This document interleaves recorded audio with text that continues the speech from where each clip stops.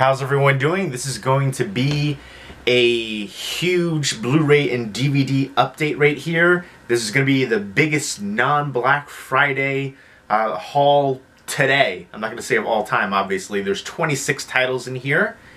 And as always, if you've seen any of them, definitely let me know what you think of them. Now, I didn't go out for Black Friday. I actually thought this Black Friday was kind of a bust, and Cyber Monday was a huge bust. For the deals on Black Friday, I pretty much had all the ones already, and there was really only a couple I was interested in. So I did order online, and I have those coming. But for Cyber Monday, there's like no really good deals there. Usually the past few years, Cyber Monday's been better than Black Friday. And this year was a complete bust as far as Blu-ray deals go. So yeah, I know everybody's posting their Black Friday hauls, but again, I had most of the ones that were really on sale already. And there wasn't anything spectacular for me this time. And I got a couple things, but I'll show you that coming up when they arrive. But let's get into the non-Black Friday ones. These are the ones that came just recently, the past couple days. And first up is The Secret Life of Pets right here. And this is from Universal. And I actually love the heck out of this. This is a review copy, and they sent me a giveaway copy. So I'll be doing a giveaway for that coming up soon for the Blu-ray. There is a cut through the barcode right there, though. But that's alright. And I can't get that there's a sticker right there on the front indicating that this was a review copy. I can't get that sticker off, and my review copy has a slash through it too, but that's okay. I'm very happy with it. This is the 4K Ultra HD combo pack right there, and then the regular Blu-ray DVD combo pack. And I thought this was hilarious. I honestly was going into it as a little skeptical.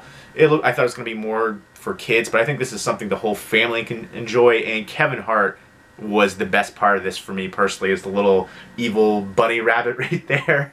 This was pure entertainment. I think, again, everybody can enjoy this one. This is honestly probably one of my favorite movies of the year so far. This year's been kind of underwhelming for me. There's been a couple standouts, but nothing as far as overall for this year that, you know, as far as compared to other years, it wasn't as great so far. But again, every year I wait until the end of the year to check out the foreign and international films that come over here, because that's usually when they come over. So, but Pets for me, in my top 10, I think, probably number 10 right now.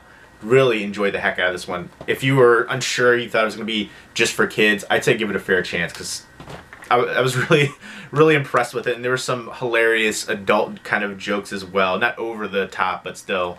Next up was War Dogs, which this was actually surprising too. I can't stand Jonah Hill at all, but he kind of plays his typical role in here too, kind of obnoxious and annoying, but it fits really well. And I'm a big fan of Miles Teller. He was fantastic here too. The whole cast, the supporting cast, Bradley Cooper was excellent too. Love the ending for it.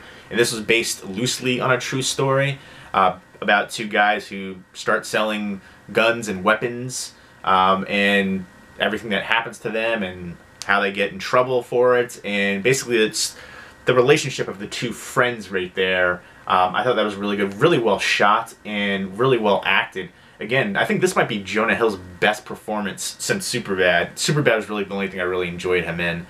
I don't think he deserved the Oscar nomination for Moneyball, personally. And that was the same year Melissa McCarthy got nominated for an Oscar, which still just kills me. Can't believe that happened. But anyways, this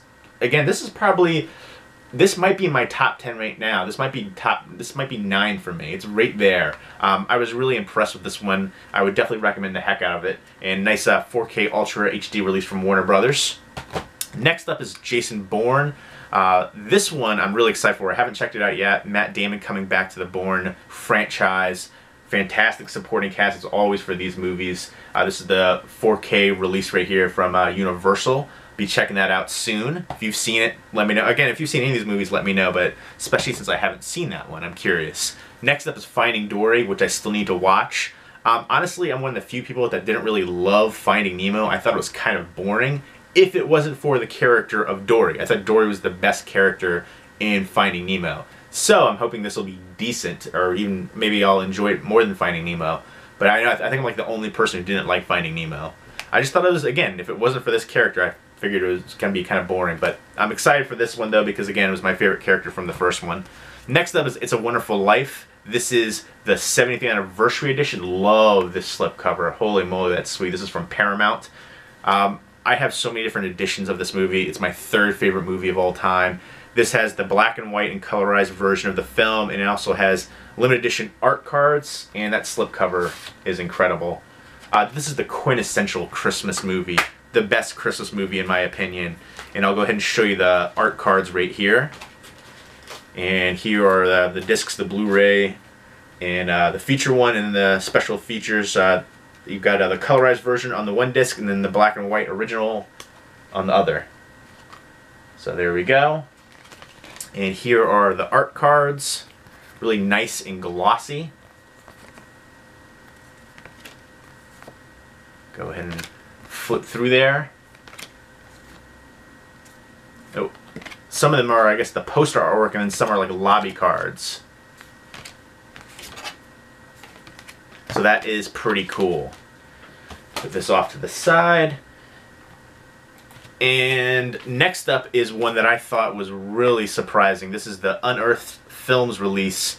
This was distributed by MVD Visual, and it's for Francesca. If you like giallos, especially like Tenebrae and Opera, I would, not Opera, sorry, Deep Red. Those are the ones that really remind me the most, Tenebrae and Deep Red from Argento. This is one of the best modern giallo style movies I've seen. At times, I think it goes a little bit overboard with it, tries a little bit too hard, but for its style, it's so fantastically well done. You would not know it was filmed today. The way it was shot, it's got that same feel to it. It really, and I saw the one twist coming at the end, but then there's another twist at the end that I didn't see that I loved. Lots of symbolism all throughout. Highly recommend the heck out of it. Great addition for this too. Blu-ray, DVD, and CD soundtrack. And it's got a little pamphlet right there, little booklets, and it folds out like that. And some cool, creepy artwork in there.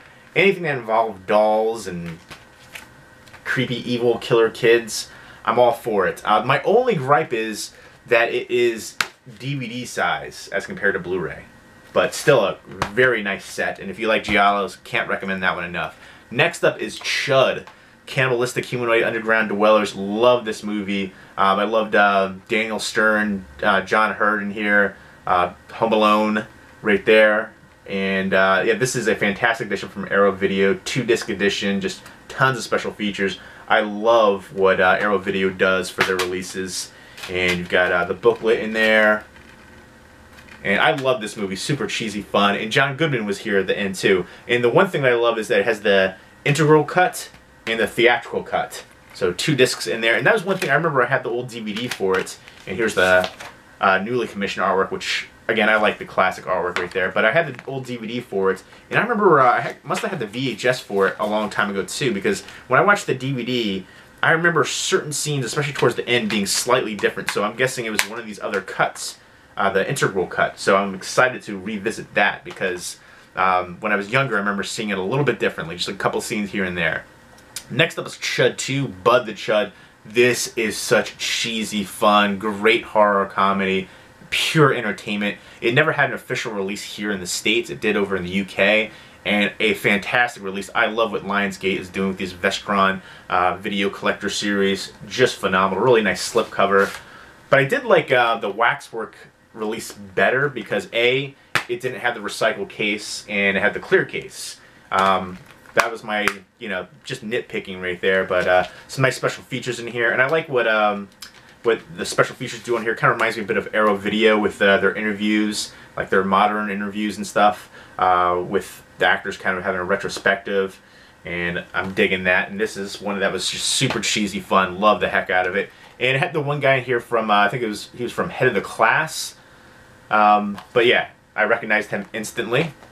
Next up was Return of the Living Dead 3. This is one I loved growing up. I had the biggest crush on her when I was younger. She was in some TV shows later.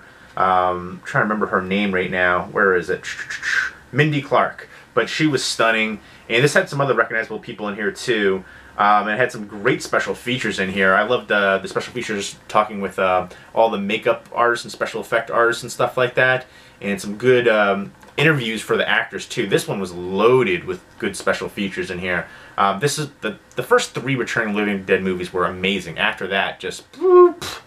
But yeah, this fantastic release. So happy to have this. This had some scenes that still kind of creep me out, like the scene with that guy, especially. Apparently he was like a homeless guy, I think. And yeah, and he had no teeth, so they made the teeth part kind of very easy to do. But yeah, just super awesome, creepy zombie movie with great performances there. And I remember, you know, that military base, the scenes going around there when they all get loose just creep me out. And there's some scenes in here that are really cringe-worthy too. Ugh. Still to this day make me cringe. Next up is Cafe Society, and this is the newest Woody Allen film, and it stars Jesse Eisenberg as the lead, who so reminds me of what a young Woody Allen would be like today, kind of really neurotic. You know, he plays that same typical role here, and it's hard for me to imagine him getting these hot chicks. Blake Lively, I mean, come on. And then Kristen Stewart, I'm not a huge fan of hers, but she was really attractive here. I think she's getting better with age, acting wise. So I'll give her that credit. It has Steve Carell, who else is in here? Corey Stoll I really enjoyed too. He's the brother in here. But basically it's about a young kid, and he moves from New York, and he goes to Hollywood with his uncle, Steve Carell, trying to make it there, and he meets Kristen Stewart, falls for her. But there's a kind of a love triangle situation going on there, so he goes back to New York, and he works at his brother's club, and all kinds of crazy things ensue with that situation, but there's a lot of romance going on here, and a really nice take to an old school Hollywood. That was one thing that I really enjoyed, seeing that aspect of old Hollywood and hearing all the name dropping, and I thought it was very entertaining, and I really liked the ending to it as well, kind of dealing with love and how sometimes people stay in relationships even though they're not necessarily, they have maybe love for somebody else, and I don't know, it was kind of poetically sad, tragically beautiful in a way. Next up is Mr. Church, which I love this one too. This is probably my top 15 of the year. It was inspired by a true friendship, it says, but very touching, very emotional, where Eddie Murphy plays a guy who is essentially the main actress in here. She was seeing somebody who was rich, and he ended up passing, and he made a contract in his will that he paid Eddie Murphy, he's a chef or cook, to basically take care of her until she passes away, because she had terminal cancer, and she is a little girl, so he's basically watching out for her when she passes, and basically their relationship and everything that transpires there. Very emotionally moving. Next up is Imperium. Daniel Radcliffe is way more than Harry Potter. He is killing it. I'm really enjoying him. I enjoyed him in Horns, this one, and then Swiss Army Man. But he's been doing a lot of great things acting-wise. Fantastic here. He goes undercover. He's an FBI agent to basically take down a skinhead neo-Nazi kind of ring who is going to be doing terrorism. And they say that those kind of people do more terrorism than like Islamic fundamentalists and stuff like that. So he really played that part perfectly. Really enjoyed this one. Great supporting cast here too. So this is one I would definitely recommend. And next up, Kickboxer Vengeance. This surprised me. I really enjoyed the heck out of this. And the theme song for this, I need to find that theme song. It was amazing. Holy moly. And Dave Bautista, of course from WWE, if they ever do another Mortal Kombat movie, he needs to be Goro. Holy moly, he looked like Goro in this. That's the first I saw him, I was like, dude, come on, Goro. But the whole casting here was really good. Gina Carano, I think, was underutilized, but Jean-Claude Van Damme, I think he could still play the role now. And one of the things that I liked, that there was actually a cameo from the original Tong Po in here, which I thought was really cool. But great fight sequences, great training sequences. George St. Pierre's in here, kind of like a drunk guy. But yeah, and then the lead guy, Alain Moussi, I believe his name is. Yeah, I thought he was great in the role, but he didn't look so imposing. He looked a little too, I don't know, babyface, pretty boyish. But clearly he could do the role. But I was just thinking the whole time, like, if I saw this guy walking down an alley, I wouldn't walk on the other side. If I saw Dave Bautista, I would run the other way. But yeah, this was great for martial arts fans and action fans and fight fans. I would recommend the heck out of this one. Really surprised me. And this was from RLJ Entertainment. Next up is Kind of Traitor, which I haven't seen yet. This is from Lionsgate, and so was Imperium, and Mr. Church, and Cafe Society. And this one right here is got a great cast in here. Ewan McGregor, Stellan Skarsgård, Damian Lewis, Naomi Harris, and it's basically about espionage and a money launderer working for the mafia. So intrigued by that one. Next up is Baked in Brooklyn, which is from Wellgo USA, and I'll be doing a giveaway for a couple copies of it on Blu-ray right there. So look forward to that coming up in the future. This one, I don't know if I would ever watch it again. It was an okay one-time watch. It wasn't great for me. Alexandra Daddario is stunning. Everybody felt natural in their roles. I'll give them that. The lead guy, Josh Brenner, I wasn't a big fan of. He was kind of like a Jesse Eisenberg, neurotic kind of deal, and he loses a job and he decides he wants to deal weed, and that's what he does. He gets involved with this guy Ace, who's, you know, tough guy, street guy, and basically how things go sour in their relationship because he gets too involved with selling weed. And it was kind of unrealistic, but everybody played their parts very well. It was kind of endearing, but I like the ending a lot. I thought that was cute, but I don't know. I don't know if I could see myself watching it again is the only thing. And a good soundtrack in here too for it. Next up are 4 films coming up from Olive Films, and this is J'accuse. It's a French war film dealing with humanity and compassion and inhumanity. And this is a film directed by Abel Gance, and he actually did a film in 1919 with the same name, and this is basically a remake of it. So he directed it back then, and now he remade his own film. And I'm looking forward to checking that one out. Next up is another one from Olive Films. I really like their Olive Signature series right here with a nice slipcase, and they have the clear case in there too. They are kind of killing it, kind of Criterion Collection-esque with this release. It's a Western revenge film with Raquel Welch, who is stunning, and some great special features in there. Really like these. I hope they do more of them. So many great movies I'd love to see them do. Houdini with Tony Curtis and Janet Leigh. This is where they met and fell in love and then later got married, obviously, and Jamie Lee Curtis was produced, but just a take on Houdini and his life. Next up is Carrington, which has Emma Thompson and Jonathan Pierce. It's about a English painter, Dara Carrington, and their friendship with her friendship with British author Leighton Strachey. So it goes over that, and it's set from 1915 to 1932. Looks like it's going to be a drama romance. Next up is Decommission. Looks like a crazy all-out action movie with Vinnie Jones. I'm signed up right there. James Remar and Johnny Messner. So I'm down for that. Some kind of CIA and betrayal and all. Just Vinnie Jones is just a badass. Love everything that he does. Next up are 3 films right here that are martial arts films. 2 from Anchor Bay and 1 from Lionsgate. And the first one has Donnie Yen, and this is The Lost Bladesman. I haven't seen any of these yet, but all of them look fantastic as far as the shots and stills that I've seen. And then a couple clips I've seen too. The cinematography, especially on this one, looks amazing. And then next up are Reign of Assassins. This is produced by John Woo and co-directed by him as well. So that is interesting. And this stars Michelle Yeoh from Crouching Tiger, Hidden Dragon.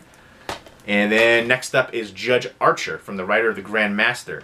So I love Donnie Yen, by the way. He's one of my favorite modern martial arts actors. So there you go. There's my non-Black Friday Blu-ray and DVD collection update. And as always, if you've seen any of these movies, definitely let me know what you think of them. And look forward to the giveaways once I do view them and review them. I have a whole bunch of giveaways coming up soon, so stay tuned for that. And again, I hope everybody's doing well. Take care.